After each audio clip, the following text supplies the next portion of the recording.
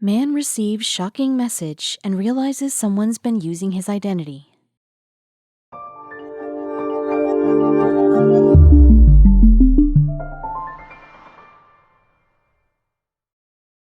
But before we start, please make sure to subscribe to m&rtv and hit the bell so you never miss any upload from us. Also, leave a like right now. The digital age has made accessing our personal information easier than ever. Unfortunately, it's also allowed cybercriminals to do the same. Identity theft is one of the biggest threats out there. Though it's not just the hackers looking to drain your bank account that you need to be wary of. After a strange message revealed that his identity was being used by someone else, one man found himself caught in an unexpected love triangle that would turn two strangers' lives completely upside down. As a political journalist and podcast host, Guy Benson takes on a lot of serious topics, naturally. These topics often lead to intense words being thrown his way on social media. One message, though, threw him for a loop. It came from a man named Michael, who reached out to tell Guy that he'd been involved in the stranger's family matters for quite some time. Given how unusual this message was, Guy was intrigued. And so Michael began his tale of heartbreak and deception. It all started with his cousin Allison Malloy, who fell in love with someone who didn't love her back, or at least not in the way she wanted him to. Back in 2010, Allison had attended a religious retreat where she first met Dylan Duquette. Their connection was immediate, and as they grew closer over the years, friends and family couldn't help but wonder when the wedding bells would begin to chime. Yet as time went on, Allison and Dylan remained just good friends. Everyone knew Allison liked Dylan, but Dylan, for whatever reason, wouldn't make a move. Allison could have asked him out herself. Instead, she decided to go with a more chaotic plan. While attending her cousin Daniel's graduation, Allison's other cousin, none other than Michael, the man who contacted Guy, proposed a crazy idea. They would make up a fake boyfriend to make Dylan jealous and push him to ask her out. Brilliant, right? Well, Allison wasn't too keen on it at first. Allison knew how ridiculous the plan was, so she initially told Michael no. However, it didn't take long for her heartbreak to become too much to bear. She wanted to be with Dylan and saw this as her best option. They just needed the right man. Since Allison didn't want to actually be with anyone else, she and her cousin Michael scoured the internet for a fake boyfriend. They sifted through thousands of photos, eventually finding Allison's beau-to-be under the search term generic white man. It was none other than Guy Benson, though neither of them knew his real name. Instead, they opted to call him Ryan Stevens. Soon, everyone in town was buzzing about Allison's new love, though when Dylan heard the news, he wasn't exactly thrilled.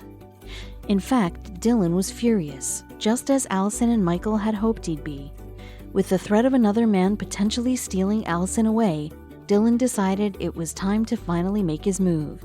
The plan had worked like a charm. Later on, as Michael recounted the saga to him, Guy couldn't help but be amused. The tale had a certain romantic charm, and he was flattered that he could be a part of such a dramatic love story. But to his surprise, Michael revealed that this was really only just the beginning. Allison and Dylan started dating at last, but after the honeymoon phase was over, a number of uncomfortable questions bubbled to the surface. Namely, Dylan began asking Allison about her relationship with Ryan Stevens. Unsurprisingly, she wasn't too eager to address the subject. Yet the truth always comes out, which is why Allison felt compelled to tell Dylan about the scheme with her made-up boyfriend. And believe it or not, Dylan found it hysterical. But while the truth about Ryan Stevens didn't change the way Dylan felt about Allison, it did change their relationship. And for the better. Finally ready to take the next step, Dylan proposed to Allison and the two became engaged. After all the games, it seemed that the couple had found their happily ever after. Then Michael found the real Ryan Stevens. Michael happened to be watching the news when he spotted a familiar face. Guy Benson was at work reporting when Michael made the connection. With Ryan Stevens' true identity revealed, he decided to reach out to make an unusual request. Spurred by Michael, Guy took to Twitter as Ryan Stevens and posted a video message wishing Allison and Dylan well. The video came as a huge surprise to the couple and their families, and it was the perfect way to end what had been a pretty great prank. Allison, however, wasn't done just yet. Despite the COVID-19 pandemic, Allison and Dylan's wedding day finally arrived in July 2020. It was a beautiful occasion in a difficult year, though Allison still claimed that something was wrong. While the family was taking pictures, the bride shouted, "Wait, we're missing someone." Everyone's head turned left and right, unsure of who they could have left out. Then he arrived. Out came Guy Benson, who Allison welcomed to the wedding as one final prank. He became the guest of honor as he faked tears and anger toward Dylan for stealing his girl. It was a great time, especially when Guy saw just how famous he had become in the family. His picture was yet again used by the two lovers, only this time to decorate mugs gifted to the groomsmen. Allison had even planned ahead and made Guy a name card, though it was addressed instead to his alter ego Ryan Stevens. On top of having the Ryan Stevens saga come full circle, it was also pretty exciting for Allison and Dylan to have a minor celebrity make a surprise appearance at their wedding. After all, you never know what big-name guest might show up unannounced on your big day. Just ask John and Frances Canning of Great Manchester, England, who were knee-deep in wedding plans in the spring of 2012. Between picking vendors and preparing for a honeymoon in Italy, all while balancing their careers, the couple had no room for distractions. Wedding preparations in full swing, they worked away, scratching task after task off their to-do list. The sweethearts toiled over which quintessentially British location would be the perfect place for celebrating their nuptials. At last, all the details came together when they managed to book the historic Manchester Town Hall. Securing such a grand venue, John and Frances could rest assured their wedding day would be unforgettable. That is, until the venue called with a slight hiccup. Despite the fact that they had booked the venue well in advance, it had been double booked. Confused, John and Frances wondered who could be so important to pull rank. Imagine their surprise when they learned it was none other than the Queen. Her Majesty was in town for her Diamond Jubilee celebrations. She had a packed schedule, hosting various luncheons and making appearances throughout the Commonwealth. John and Frances couldn't believe their luck. They tossed around the possibility of catching a glimpse of the Queen. John, a self-admitted royal fanboy, sent a letter of invitation to Buckingham Palace. "I've never ever written a letter to anyone for any reason," he said. "I put in my letter that I hoped she would have a lovely day in Manchester, all the very best on the Jubilee, and if you've got any spare minutes, we're only next door." John didn't put much stock in receiving a response. His letter had been sort of a joke in any case. But a response did arrive. In standard practice, the note was written by a lady-in-waiting. The Queen receives a boatload of letters, so her answering them personally would be impossible. The letter thanked them for their kind invitation and wished them the best on their big day. Sadly, the letter ended with her regrets. The Queen wouldn't be able to make it to their ceremony. She had 3 other engagements as part of her tour that day, so her presence at the wedding wouldn't be possible. But John and Frances were giddy to just receive a response. Having sent the letter with little hope of it being seen, they didn't bat an eye at Her Majesty's polite refusal. Together, they put it out of their minds and refocused on their wedding plans. Finally, the big day arrived. Holding the Queen's event at the same venue made for a frenzied scene. All the wedding guests had to be checked by security. Thousands of royal admirers gathered for the Queen, oohed and awed at Frances's bridal debut. Following the wedding ceremony, the newlyweds took a brief moment away from their guests to share a private word, but a man from the town hall approached them and pulled John aside. He had some incredible news. The Queen, and to their bewilderment, Prince Philip, too, had come to greet them. Smiling warmly, they shook hands and extended congratulations. Frances recalled, "I was so surprised I knocked something over. She looked at me and asked if I was okay." Her Majesty stayed for more than a handshake. To boot, She posed with the bride and groom for some one-of-a-kind wedding pictures, even calling them by their first names. The Cannings were delighted by the thoughtful, precious gift from the royal family. For John, the highlight was swapping some solitary words with Prince Philip while their wives posed for pictures. John described him as a charming fella. He beamed, reflecting on the unique predicament they found themselves in. John and Frances couldn't help but grin. Two working-class people like themselves felt so far removed from the prestigious world of the royal family. They'd never forget the Queen's gracious gesture. Frances recounted, "It was surreal. I couldn't believe it." Frances went on, "If we can have half as many happy days together as the Queen and Prince Philip, then we will be blessed." Fair point. In November 2017, the Queen and Prince celebrated 71 years of marriage. Definition of couple goals. Prince Philip and Queen Elizabeth's relationship has weathered many storms, but the same can't be said for other royal couples. Strangely, in 1992, 3 of her children, Anne, Charles, and Andrew, all publicly split from their spouses. Though the next generation of royals has restored some of the faith in a romantic fairy tale, the marriages of Prince William and Kate Middleton and Prince Harry and Meghan Markle have progressed the royal image. The younger monarchs are perceived as fresh and authentic. With the electric buzz surrounding the recent royal weddings, popularity for the family has increased across the board. The press picked up on the story of Queen wedding crashing immediately. The public is happy to see the monarchs adopting a more progressive, relatable image, and Meghan Markle's path to the crown is proof of just that. Growing up in Los Angeles, Meghan was surrounded by showbiz from an early age.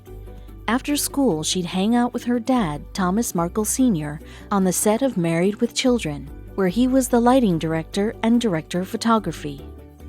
Most evenings she spent on a bustling film set, but by day, her nose was to the grind at a textbook Catholic school. All girls, uniforms, the whole nine. But there, a somewhat nerdy Meghan found a true passion she'd developed for years. Meghan's school made the students tackle the dreaded skill of 4th graders everywhere, cursive writing. Though it's fallen by the wayside in today's education system, Meghan showed a knack for cursive and calligraphy in general. Over the years, Meghan perfected her loopy penmanship. In fact, her writing was so skillful, she used it as an income source. In her spare time between acting jobs, she worked freelance, designing handwritten invitations for celebrities. From a young age, Meghan was encouraged to speak her mind. After seeing a commercial by Procter & Gamble with the sexist tagline, "Women all over America are fighting greasy pots and pans," she took action with her best weapon, a pen. With letters in hand addressed to Procter & Gamble, Hillary Clinton, lawyer Gloria Allred, and journalist Linda Ellerbee, Meghan marched to the mailbox. She didn't have to wait long because 1 month later, the company swapped women out for people. Her effective stand against sexist language led to her being featured on Nick News. That tenacious spirit never left either. When it came time to declare a major at Northwestern University, Meghan split her time between her 2 biggest interests, theater and international relations. It's almost as if she was planning on being a royal from the start. One of her first credits as an actress was on the popular game show Deal or No Deal. Meghan was a suitcase girl, and her job required unveiling which amount of money the contestant had lost out on by opening her case. Meghan's record shows her commitment to service, so her charitable nature isn't just a show. After graduation, she spent time as an intern in the U.S. Embassy in Buenos Aires. Despite how tempting a career in politics was, her heart belonged to acting. Meghan scored her biggest role to date as Rachel Zane on the USA Network drama Suits. Not only was she a lead, but she truly connected with the character, a smart, unapologetic go-getter. Show writers took inspiration from Meghan's personality and incorporated it into the show. A self-proclaimed foodie of both the cooking and tasting variety, Meghan's keen palate and love for all exotic cuisine are shared by her character Rachel Zane. Overnight, Meghan was launched into superstardom after accepting Prince Harry's marriage proposal. Granted, she was in the public eye thanks to her starring role on the show Suits, but few knew her by her legal name, Rachel. Her full name is Rachel Meghan Markle. Simmering tasty concoctions and doctoring up bland recipes was always one of Meghan's favorite pastimes. Farm-to-table lifestyles and traditional recipes from around the globe stirred an idea to the surface. In 2018, she published her first cookbook, Together, Our Community Cookbook. But this cookbook wasn't just your grandma's special ziti. The Duchess spent her time gathering recipes and cooking with the Hub Community Kitchen, a vastly diverse group of local women who cooked for their community members affected by the Grenfell Tower fires in London.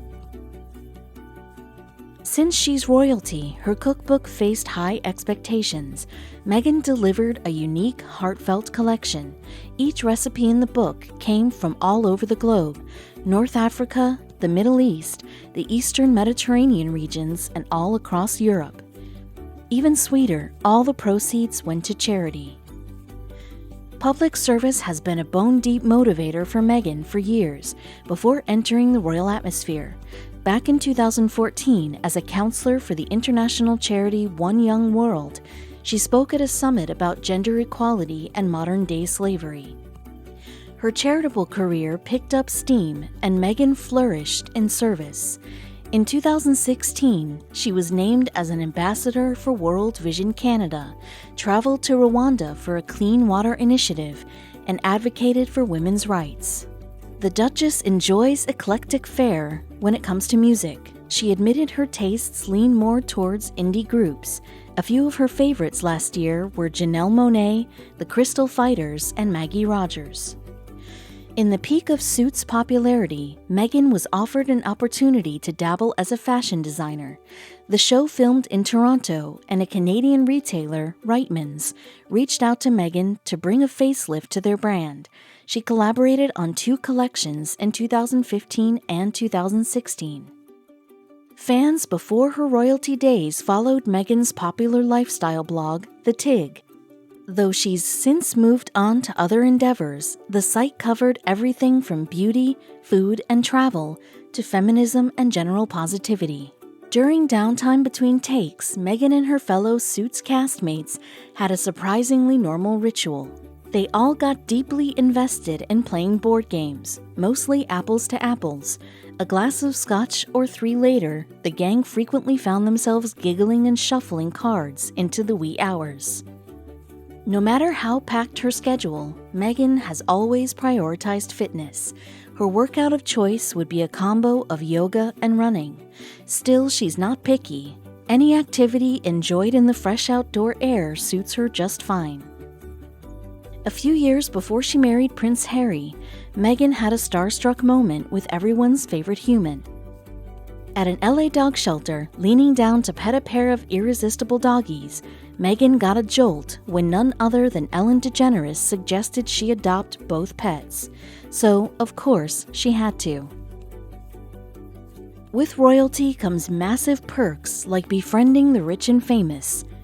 Meghan and tennis legend Serena Williams became fast friends after recognizing the drive to surpass people's expectations in each other. Both women share a deep love of traveling and joke about their addiction to hot sauce.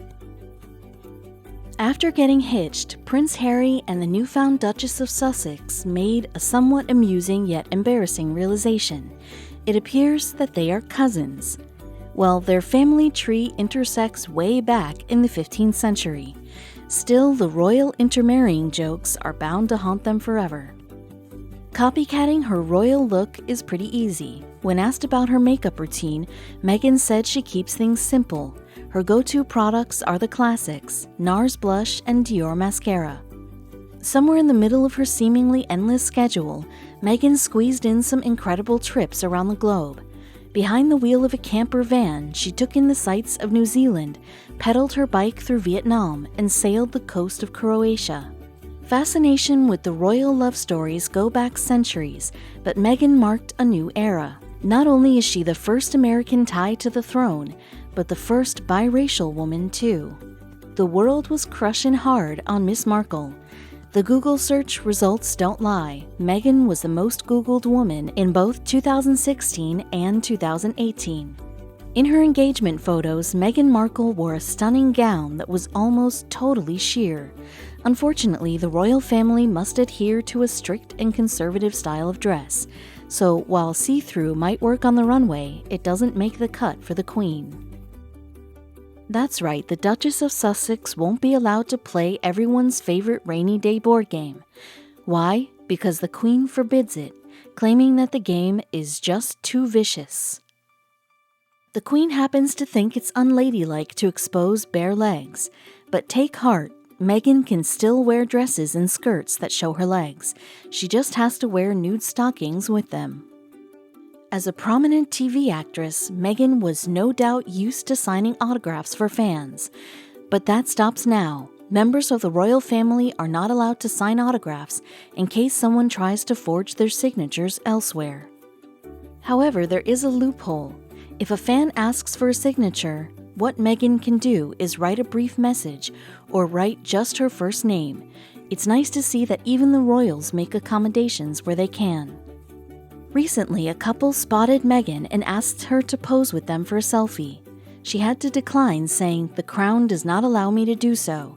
It's clear that the House of Windsor knows that no matter the angle, selfies just aren't that flattering." In fact, if you're seeking out official photos of Meghan and Harry, you'll have to look to the palace. It alone is allowed to release photographs of her now that she is a member of the family. The royal family takes its image very seriously. That's why all of its members are denied social media accounts. They work very hard to manage the public perception, and they can't have the Queen inviting people to play Farmville. Unsurprisingly, etiquette is a huge part of being a royal. Now that she's hitched, Meghan isn't allowed to cross one leg over the other. Women in the family must keep their legs pressed together, or, if they're feeling sassy, they've been known to cross their ankles from time to time. Although technically not illegal, according to Parliament, it is unconstitutional for a member of the royal family to vote in elections. Furthermore, Meghan cannot speak publicly about politics, even in the United States. When attending parties or other events where the Queen is present, it is considered bad form to leave before the Queen, no matter how tired or bored you might be.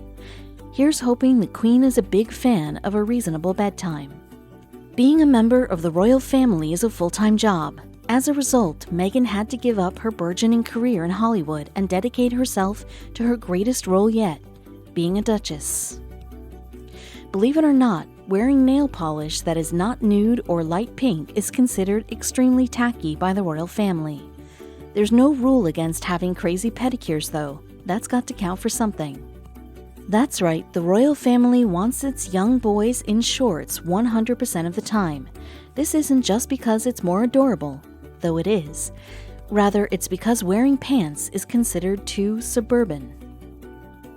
There is a decidedly royal way to drink hot beverages, and it involves careful finger placement on the drinking vessel.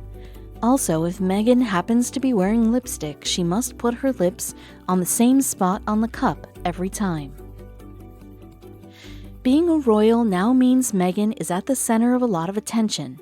To protect her, she must travel at all times with a security detail, even if she's just walking the dog or taking a jog. The rule applies even when she's doing something like going shopping. On these trips, Meghan will have to be accompanied solely by an all-female security detail. Surely they won't mind going on a shopping spree with a royal, will they? This should come as no surprise, but the former Ms. Markle had to shut down her blog, The Tig, once Harry put a ring on it. The royals take their privacy and their image seriously, and a blog by a royal is out of the question. Given that she isn't allowed to show her bare legs, it should come as no surprise to learn that the modest hemlines are now all that is acceptable. If it cuts above the knee, it's too racy for royal life, be it skirts or shorts.